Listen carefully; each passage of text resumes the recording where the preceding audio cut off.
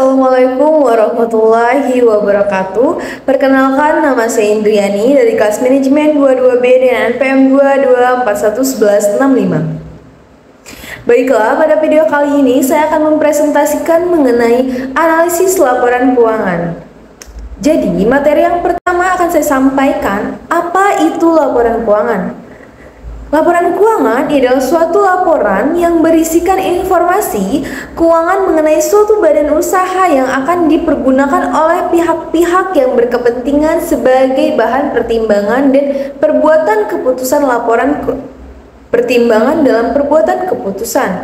Laporan keuangan merupakan output dari proses akuntansi.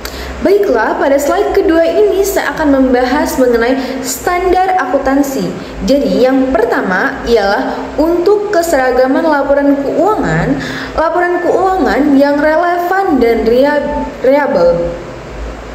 Yang kedua ialah memudahkan penyusunan laporan keuangan karena ada pedoman baku sehingga meminimalkan bias dari penyusunan. Yang ketiga ialah memudahkan auditor dalam mengaudit.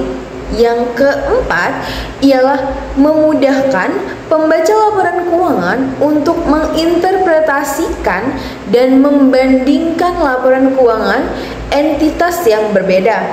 Dan yang terakhir ialah pengguna laporan keuangan banyak pihak sehingga penyusunan tidak dapat menjelaskan kepada masing-masing pengguna. Lalu, pada slide ketiga yaitu mengenai informasi perusahaan. Entitas menyajikan informasi yang relevan bagi pengguna untuk membantu dalam pengambilan keputusan. Informasi tersebut ialah yang pertama, informasi yang disajikan dapat berupa informasi keuangan dan non-keuangan. Yang kedua ialah informasi yang disajikan dapat bersifat mandatori atau yang bisa kita sebut diharuskan oleh regulasi, atau informasi voluntari atau yang bisa kita sebut dengan sukarela.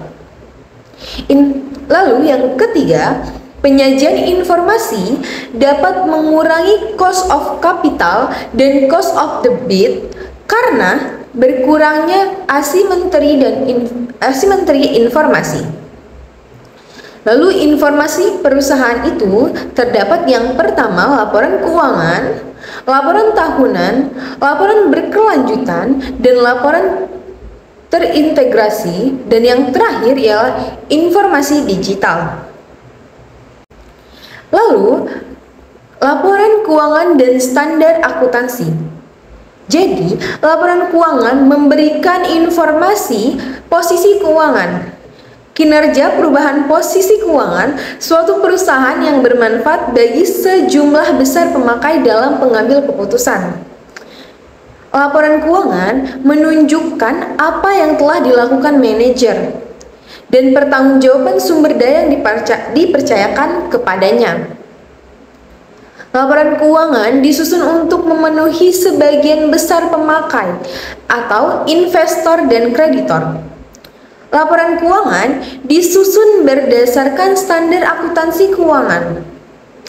Penerapan standar akuntansi keuangan untuk hal-hal yang bersifat material.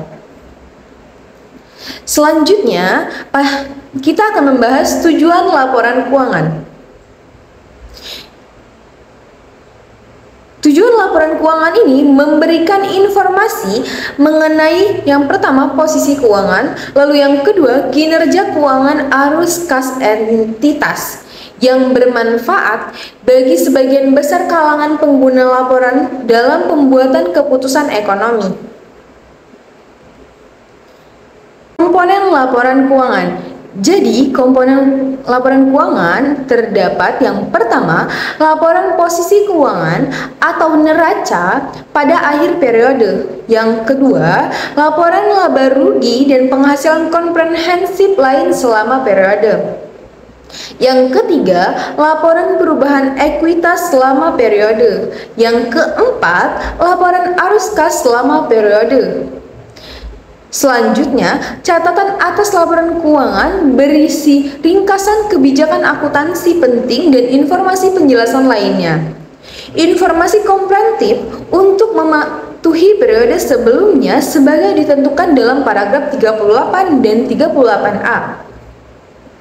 Dan yang terakhir ialah laporan posisi keuangan pada awal periode komprehensif sebelumnya yang disajikan ketika entitas menerapkan suatu kebijakan akuntansi secara retrospektif atau membuat penyajian kembali pos-pos laporan keuangan, atau ketika entitas mereklasifikasikan pos-pos dalam laporan keuangannya sesuai dengan paragraf ke-40A dan 4-40D. Selanjutnya ialah laporan posisi keuangan, atau bisa kita sebut dengan neraca.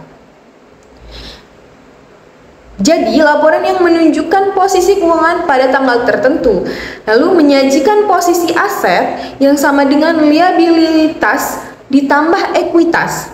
Lalu penyajian dapat menggunakan skotro atau stafel. Selanjutnya, perusahaan dapat menggunakan metode klasifikasi lancar, tidak lancar, atau pendekatan lainnya.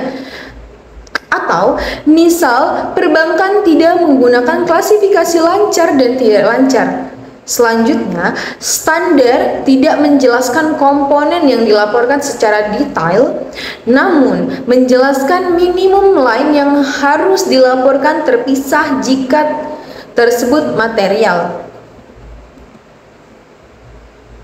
Laporan posisi keuangan. Informasi minimal yang disajikan dalam laporan keuangan dapat ditambahkan jika penambah tersebut relevan. Penyajian dalam line sendiri atau dalam notes tergantung dari materialitas informasi tersebut. Pembeda aset lancar dan tidak lancar, serta liabilitas jangka pendek dan jangka panjang. Pajak tangguh tidak boleh diklasifikasikan sebagai jangka pendek. Lalu kita akan membahas mengenai aset lancar.